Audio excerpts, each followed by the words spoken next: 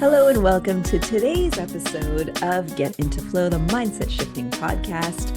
I'm thrilled to welcome a creative entrepreneur, freelancer who's going to tell us all about himself and more specifically, the creative mindset. Because I'm curious, being a creative soul, and I know a lot of you listeners are, how do we balance that freedom, that creativity, that artistry with maybe a little more of a strategic role if you're in a freelance position, if you are an entrepreneur, if you're looking to become that. So welcome to the show, Jeff Vandegraaff. It's a pleasure to be here. Thank you so much for having me, Sabrina. I'm excited to kind of share my perspective and some stories and the adventures that I have had along the way to get to where I am as a freelance copywriter. I've been a service provider for basically the last 10 plus years. And I come out from, the Toronto, Kitchener-Waterloo, Ontario, Canada. So, yeah, I don't know. Where do you think it's best for us to get started? Tell us more about yourself and how your journey led you to where you are, because you are no longer in Canada. I am not. Yes, I am on the opposite side of the world. So I think I think a good starting point would be, university, where I think a lot of us relate to like pursuing higher education and, what are we doing with our lives? And I have a biomedical background and, all my friends and peers are becoming an optometrist or going to medical school. And they're like, what are you doing with your life, Jeff? And I was like, I have no idea. I just want to graduate and then I'll figure it out. And I've never really traveled. My life was just constant work and study, and work and study is very stressing me out. And then one summer, I decided I can't do this heavy workload. And I did the classic vintage lifestyle of being a tree planter up in Northern Ontario, where I started bending over and putting trees in the ground for 10 to 15 cents per tree. And that was my sort of no tree pun intended, but that was like the little sapling that was like starting to grow in my brain to see business and work and career differently, because the harder I worked, the more I would get paid. So if I was just like sitting under a tree doing nothing, I'm like, it's a tough day. I don't want to get out there and I don't want to plant any trees. Well, I'm not going to get paid. But, to keep myself motivated, I had to put myself out there, bag up 300 to 500 trees and physically go through just literally walking through a bush for 10 to 12 hours a day. And at the end of it, having, that paycheck was very rewarding. So that's the initial sort of reshaping of my concept of work versus like just working for an employer for a salary or for hourly. And yeah, so that led me into a lot of travel. And I started hitchhiking and I picked up cycle touring. And then when I graduated, I did graduate eventually. Many people didn't think I was going to, because I started mixing travel and this new lifestyle where they're like, oh, you're a little bit hippy dippy, Jeff, you're backpacking around, you're hitchhiking with a guitar, you're never going to finish school. But I was like, I was going to finish school. I've just taken a little break to, that gap year, some people call it. And I did come back. I graduated. I've got that fancy piece of paper with my name on it. And yeah, but then afterwards I thought, what am I doing? Right. And I think everyone logically goes towards work. I mean, there's student debt. How do we get rid of that? And my option though was like, I want to do something good. Like I still want to do something good with life. And, on top of the tree planting gig, I was doing some summer camp work with people with intellectual disabilities. And so I got that experience working with people, and I was very inspired by the sort of the positive atmosphere. And I thought, wow, like what kind of impact could I make? So I started preparing this bicycle adventure across Canada to do some fundraising for a charity in Toronto, and we're going to build a program and all this stuff. And I embarked, I think it was in September, to go from Toronto all the way to St. John's, Newfoundland by bicycle. And that was, it was tough. I mean, some days were 200 kilometers, right? Because there's nothing between Ottawa and Montreal. I mean, there's a couple of villages and towns maybe, but told myself I would get there within a day. And that was like a 14 to 15 hour cycling with bags, so it's just me, my bike, my bag, my tent, all this stuff. So yeah, when you talk mindset, I don't know, maybe something along these travels kind of broke inside me, where it's like constantly the on switch is always on because you're just pushing yourself through some grueling experiences. So I think I've shared this with you briefly in via email. Was like along this travel, along this trip, this kind of pivotal moment, I would say, would be, this is near the end of the trip. I got to Newfoundland it's about November. Was this back in like 2012 when Hurricane Sandy came up the coast of Canada, and then it brought the warm weather. So it was abnormally warm during that time. And because of that, the cold just snapped back afterwards. So it was like very snowy, and I did prepare for snow on this trip. I wasn't expecting it to get that cold. So I'm cycling through across Newfoundland, and if anyone's never been there, it is there's like a couple of ports, and right in between it's just a massive rock full of forest and moose. So Canada's Newfoundland is just known for its moose and its incredibly friendly people, but there's not much going from the drop-off point to get to St. John's. It's about 1,000 kilometers of forest and moose. So cycling that was very rough during the oncoming winter. Temperatures were dropping below zero. And that's when I cycled upon a town called Come by Chance. And at this point, I'm cold. I didn't have much food. I think the last time I had a solid meal was like 2 or 3 days before. I had, some snacks and trail mix, and my water bottles were frozen. Hypothermia was setting in. I've got the shakes. My lips were blue. And right when I got to Come by Chance, I saw this kind of halo of light on the mountain. Not the mountain. It was like a little hill, and I needed warmth, so I kind of gathered up my food and my water, and I kind of lie down in the sun, and I'm having some food to get some energy in me, and drinking my almost frozen water.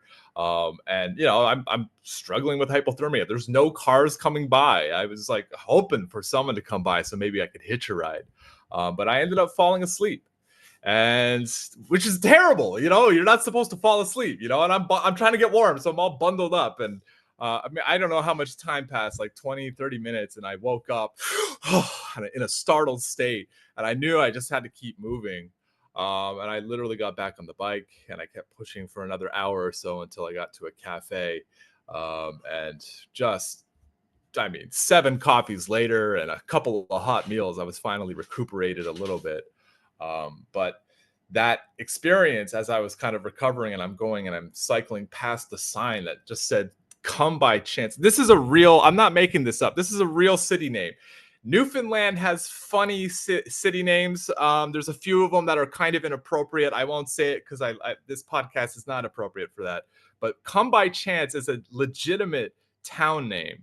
And I've kind of like that experience shaped me into seeing like my life is chance and choice. Like we go on these journeys, and there's a lot of little discoveries that we make along the way. There's a lot of chances that we have, but a lot of it is guided by our choices. So more choices we make, the more chances we unlock.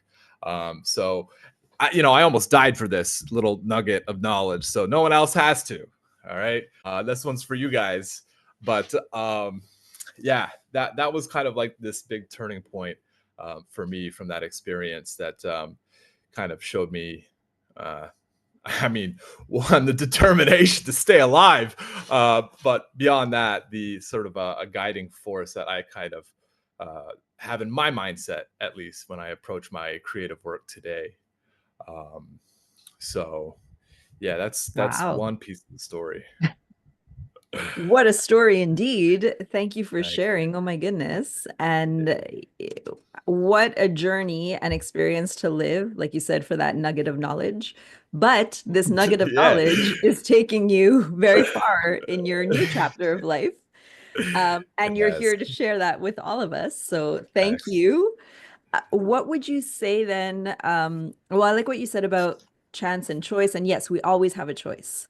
And even just to empower ourselves to see that in any situation, regardless of if you figure it's good or bad, whatever judgment you have towards it, you still do have a choice. You Mhm. have a choice to stay where you feel like you no longer belong. So not choosing is also a choice, if I could say it that way, right? So how Yeah. would you use this choice empowerment, because I do feel it's that, in what you do now? I think with that, it's it's tough because I mean, I'll get into a little bit about, like filtering leads and filtering opportunities and trying to find the right people that I click with and I connect with. And as a freelancer, you're sometimes going through the cycles of feasting and famines, and you don't know, hey, when's my next client? When's my next paycheck? Or suddenly there's just this wave of work coming in, and then you get kind of a little bit too focused on the work. And then suddenly that self marketing side, which you should be doing all the time, gets kind of dropped and put to the side a little bit more.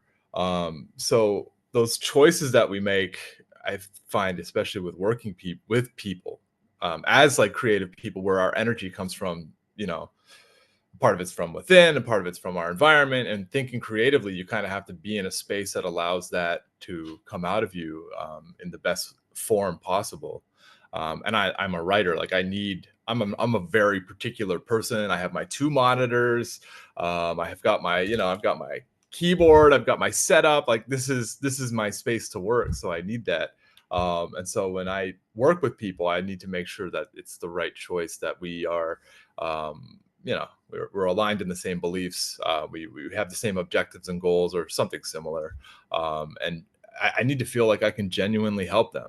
I'm not really someone who's here to just fill in the blanks. Like, hey, here's a little paint by numbers. Can you just kind of fill it out for us? My work is one part creative, another part kind of analytical and focused on getting results. So it's kind of like a tricky balance in and of itself.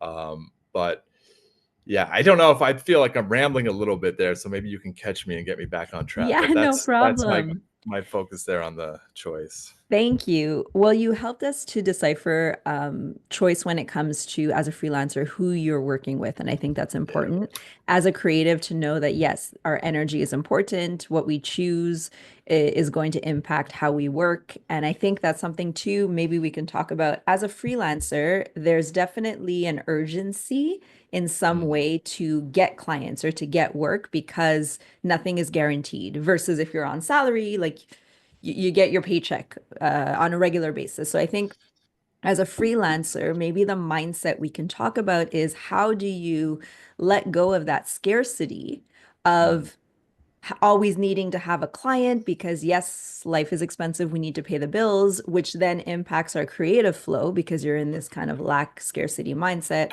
You're not able to maybe make the right choices of the people that you're working with. You're just taking whatever you can get and then you're draining yourself energetically and creatively. So there's Yeah. a balance there. Is there anything you can share with our listeners who might be in that position? How can they really honor their energy and honor that choice and help their mindset shift from one of scarcity and lack to one of maybe abundance and gratitude? Yeah. Um, it's two sides to this coin because I can look back to myself way back when I first started being like a service provider, and when you have next to nothing, and those who go into it, like when is that triggering moment where you're like, okay, I'm going to quit my job and I'm going to go all in on this, and you're kind of okay for a bit because I'm hoping anyone who does quit, you have some savings that you're going to burn through, right? And there might be some burn through, but if you have enough savings and enough clients and you're breaking even, that's kind of where you want to be, and then scaling. So that big challenge of trying not to get stuck into a scarcity mindset, it's those early adopters into the freelance or creative lifestyle. You don't really know 100% what's working yet. And that comes through trial and error. And that's the hard part because you don't know what's working. So it's like, oh, should I be spending an hour a day on Instagram? Is this where my customers and my people are going to be? Or, oh my God, Thread is fantastic. I got so many new trends or whatever they're saying on the platform. It's, and I checked it out last weekend and I got my first lead from it. So I was like, oh, maybe this is the platform. So now I'm spending more time on it. But then like the algorithm changed. I'm like, oh, what's going on with the algorithm? So I think over time you got to like do that testing to figure out what is that inbound, like what, and where does it in a way that feels good? Because sometimes marketing is that side of our work that it's a kind of it's a need to do, not really a nice to do. It's something where it's essential. And then I think marketing yourself needs to become a skill that's adopted early on, because the better that you are at marketing yourself and selling yourself, which I think we touched on before a little bit, but like the multiple hats that a creative person must wear in order to do the work or to get the work and then do the work. What I find works best for me is the just cold emailing. And this is no like AI, this is no script, this is not like some secret hack. It's like literally finding people where I would genuinely like to work with them. And I just try to build a personalized message and email them off, at least to introduce myself. Because I don't know if down the road, 2 months, 3 months, someone might connect with me and reach back and be like, hey, you know what? Maybe I do need help with my website. Or, hey, you know what? Maybe it is time for me to improve my website's messaging. I apologize. This is my cat, Kitty. She's my CFO, my chief feline overlord. So She's she so might cute. be, yeah, she's great. So she's trying to take the spotlight here. So yeah, I'd say find something that works for you. And as a writer myself, I find that just 5 to 10, 5 to start, but if you can get up to 10 per day, just make it a habit to build those connections, build those relationships. And yeah, that's the tough part, is building that habit and waiting enough for it to work and believing that it will work. But I've been using Instagram for years. I haven't got a single lead. I'm still using it. I'm hoping one day Yeah. it'll work. But Mhm. again, like different industries, different types of creators, it works for different platforms. So that's I think the biggest struggle everyone has is like, where do my leads come from? But once Absolutely. you do find that source, it's not like, oh, now I need to try another place, and you kind of get distracted, then you want to go somewhere else. I'd say like double Mhm. down and commit, and then slowly invest that extra 1% if you have the time to in other directions. Mhm. So what I'm hearing is that yes, as a creative entrepreneur, freelancer, we wear many hats, which also means we get distracted easily, right? We want to try all the things and we don't Mm, necessarily follow through because things are moving so quickly that it's hard to just finish one thing and start the other. We need some patience. We need to maybe choose one thing and follow through and stick to it. We need to also give ourselves a chance to learn, to grow, to reach out to people. If you're looking for clients, it's just having trust in the process, faith that they're out there, and finding the platform to get to them. mm. What I do want to talk about, however, is how do you keep that trust and that, again, mindset of they will come? Because I think we can easily go again into that lack mindset and that force mindset. If you're going and let's say you're doing these cold emails, there's a lot of urgency and a lot of, for lack of a better term, desperation energy that comes when you're constantly looking for clients. And I know Mhm. in my experience and in the people I work with, that's an energy that's felt. So, Yeah. how would we start to shift that to still send those emails or still send those messages, but come from a place of service, a place of just like, I'm here for you. This is what I do, which again is an energy that even through writing, through social media can be felt. Do you have any opinions on that? I mean, I will say 100%, I would agree with that. The energy that is kind of being pent up, that nervous, slightly anxious kind of craving of like, I really need something to either get by in the next coming months. Like people can feel that. And I find a lot of us creators have, I'm not going to say that, well, we're more in touch to our feelings than others, but I would say to some degrees that there's something with creativity where we do have more of a finger on the pulse, so to speak. So in dealing with that, I would say, like, going back to when I started, I was in Japan for 2 years being a private English teacher. and I had absolutely no idea what I was doing, and I had just barely enough to get by. Um, I'm surviving on like peanut butter rice balls. I'd be making my own rice and just trying to get by and find students. And I didn't really know how because I couldn't speak the language. I couldn't do anything. But I would listen to The Strangest Secret. So this is my little motivational thing that I would listen to on repeat, like literally every morning. The Strangest Secret. Um, do I have the copy here? There was another book I used to read, Think and Grow Rich. So I was like reading this book on repeat because it's just like the mindset within it. I had to make it work, and I know that negative, it's tough because it creeps up. Like I'm not like, even when I'm reading these books and trying to brainwash myself into a positive mindset, it's still there. It's like this duality between who's winning this war between the good self and the so-called bad self. And yeah, the more I would just kind of like feed myself this stuff, like, I don't want to say like, oh, the universe will reward you, but there were just moments where I don't know how other way to put it, was the timing came in where, let's say, for example, one of my teacher friends left the city and they're like, hey, Jeff, I've got like 7 students who need a teacher. Can I introduce you to them? And I'm like, yeah, of course. Right. I mean, is that a universe thing? Or, like that was a friend of mine who we used to sit in the park and, learn art together and draw and just talk about being a teacher. So I don't know. It's keeping yourself surrounded by people to keep you like kind of refreshed and, keep your spirits up. So I guess having that friend and connecting with them helped me kind of like keep me in the the blinders on and the negativity at bay. But yeah, I don't know. Find something that you really enjoy, like kind of that you resonate with, and brainwash yourself to some degree. Like there's a lot of like people who will put you down. There's a lot of like hopes that you are going to be like, oh, I got a lead. Oh, they ghosted me for weeks. Like, what's going on? Like, and that's going to happen all the time. But having something where it's like, that's your kind of ritualized routine to like cope with that. I mean, everyone needs that. Everyone needs something to kind of get them through those tough moments or those dry spells. So Yeah. yeah, that's my take on that.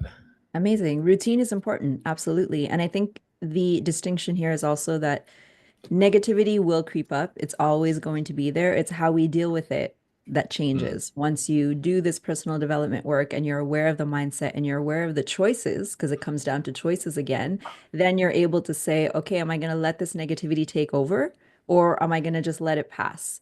And it's not about being positive all the time because that's toxic positivity. It's not about just like good vibes all the time because that's yeah. not human. That's not possible. It's about the balance and the choice because we can easily downward spiral into the negativity of, oh my goodness, my life is not where I want it to be. I don't have enough clients. What am I going to do? And that pulls you down real fast, right? Like it's like a suction where you can really fall deep into that rabbit hole and you can get lost. So catching yourself when you're starting to have these negative thoughts and allowing yourself to say, that's okay, that's my reality, accepting it, but what am I going to do about it? How am I going to Mm, change it? And if it's through empowering yourself with books or podcasts or audiobooks or whatever, or surrounding yourself with the right people, like so many different tools can help you to just keep your eyes set on the goal and allowing that negativity to still exist around you, but choosing not to drown in it or not to play into it. And then being able to decipher as you go through.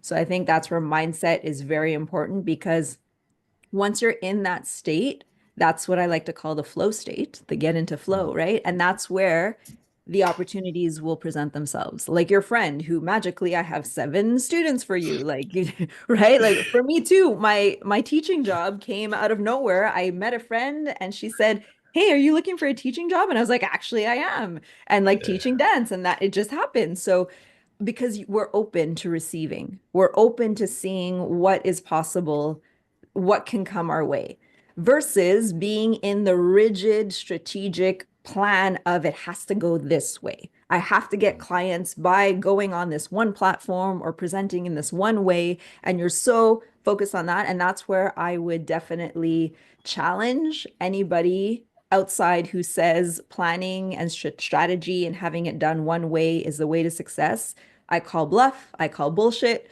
because that's one way and maybe that worked for you, but I don't feel like that is what's going to work for everybody, because it just keeps you in that rigid state of it has to work this way, and you're maybe forcing something that shouldn't work out that way. So my strategy is, yes, have your eye on the prize, but be open to see where it can take you. Be open to see where these students can come from, where these clients can come from. Try the different things. Don't get lost, but try the different things. Just be open to receive. That's where the energy changes. And I feel like mindset too is, again, based on what we said in the very beginning, choice. You have the choice. Mm. You have the choice to choose at any point how you want to handle situations. And so, as a creative, yes, maybe we can be a little more emotional or we a little more sensitive. I think that's the beauty of who we are. And I think that's what makes our art beautiful. But maybe it's learning also how to use those emotions, how to release them in a safe way, and to help ourselves move forward. Yeah. So, you're a freelance copywriter, you take on clients, you've had this beautiful journey that's led you to where you are. If anyone listening can relate to your story or relate to being in a position of they're a creative, maybe they're thinking of going freelance, maybe they've dabbled in freelance and they want to take the leap, what is the advice you would give them? I like this one because one, I put myself through this and I've helped some of my clients do it as well, because they come to me and they're like, "Oh, hey Jeff, here's my whole business. Like, can you help?" And I'm like, "Well, what is it you do? What are those core service offerings? And if you're not 100% sure yet, like, let's get it down to what's your main three, I find a lot of businesses, especially myself, like, yeah, I can do lots of things. Like, if you ask, I'm more than willing to help it out. And then there's other things I can't do. And I build strategic partnerships, or I just straight up apologize. I can't do that, but I'll try to help them and find them. So having a strategic partnership with people who can assist is very helpful. But I've always said to, like, build out the big money makers. Like, what are the ones that you love doing the most, that you can sell the fastest, and build in that repeat recurring revenue as fast as possible. Maybe it's not the most glamorous part of what you love doing, but if it's quick to sell and you can build some relationships with new people to test the waters with, like, what is that entry point, and build out that kind of package first and foremost, because that's easy to talk about, it's easy to sell, it's easy to pitch to people. And for example, I used to use a kind of really quick and easy, like 500 Canadian dollars for, like, oh, let's do your what's your vision, what's your mission, what's your core values, and I'd have a couple conversations with the leadership team, and then I'd hand over the doc. And sometimes I do a very poorly I'm not a designer. I'm not the best designer in the world. I know how to use Photoshop and different tools, but I'd give them a little PDF and like, oh, that's fantastic. Then they get a more better designer than me to make it beautiful. But that was like the gateway. And they like that experience. They like that, oh, he's like going above and beyond and all that stuff. It's like, oh, hey, now we need our website content. We need this other stuff. Like, can we tack that on? Can you handle that? I'm like, yeah, no problem. So sometimes it's really carving out that initial, what is that entry point, that can show and prove to people that you can serve them.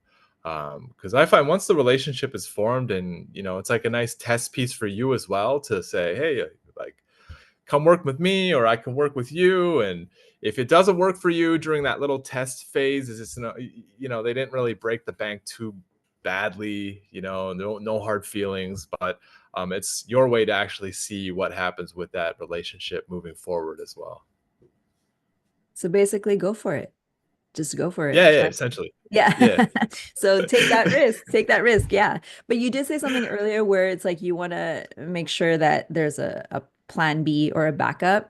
Don't do what I did. You all know my story. I left my corporate job with no backup plan.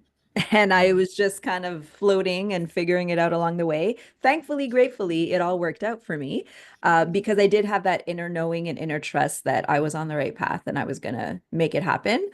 But if you're someone who is a little more uncertain about the future or needs that kind of certainty of I need to pay my bills because that's real life, then definitely, yeah, What would you recommend? Like try out certain things on the side as you're still working, like kind of build your portfolio.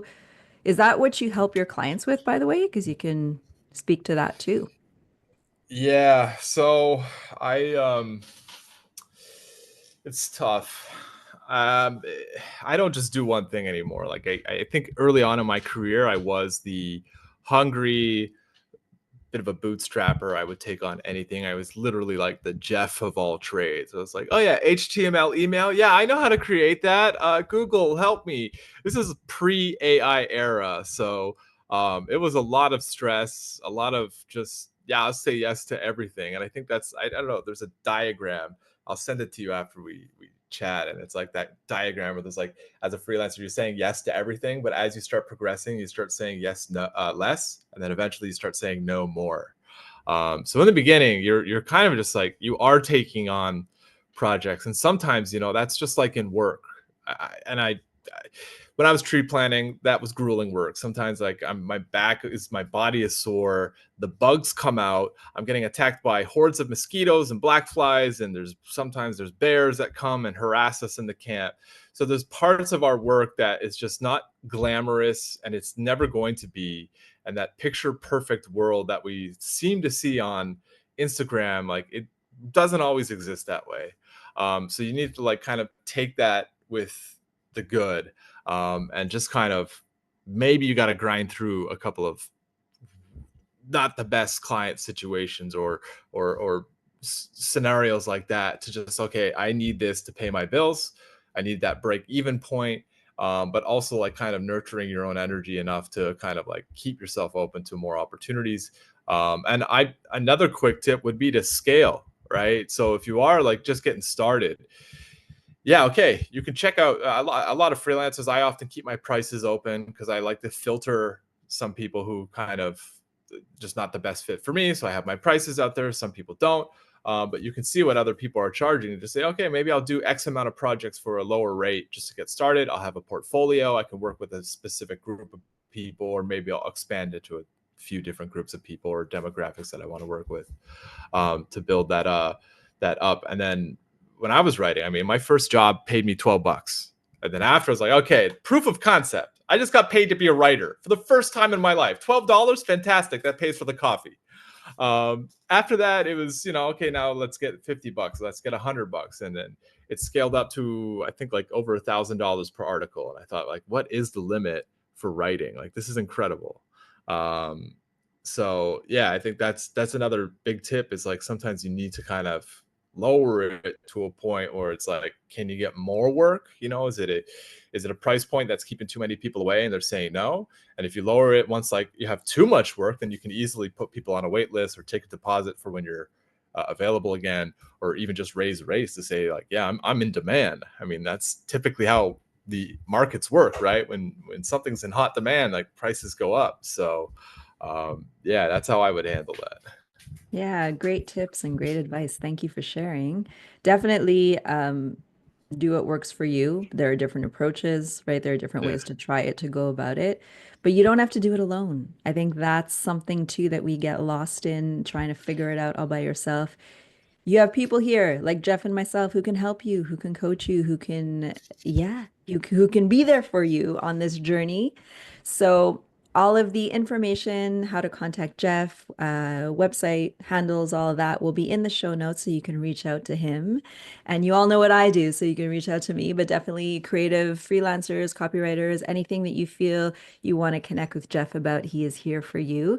And Jeff, leave us with some parting words of wisdom. Jeez.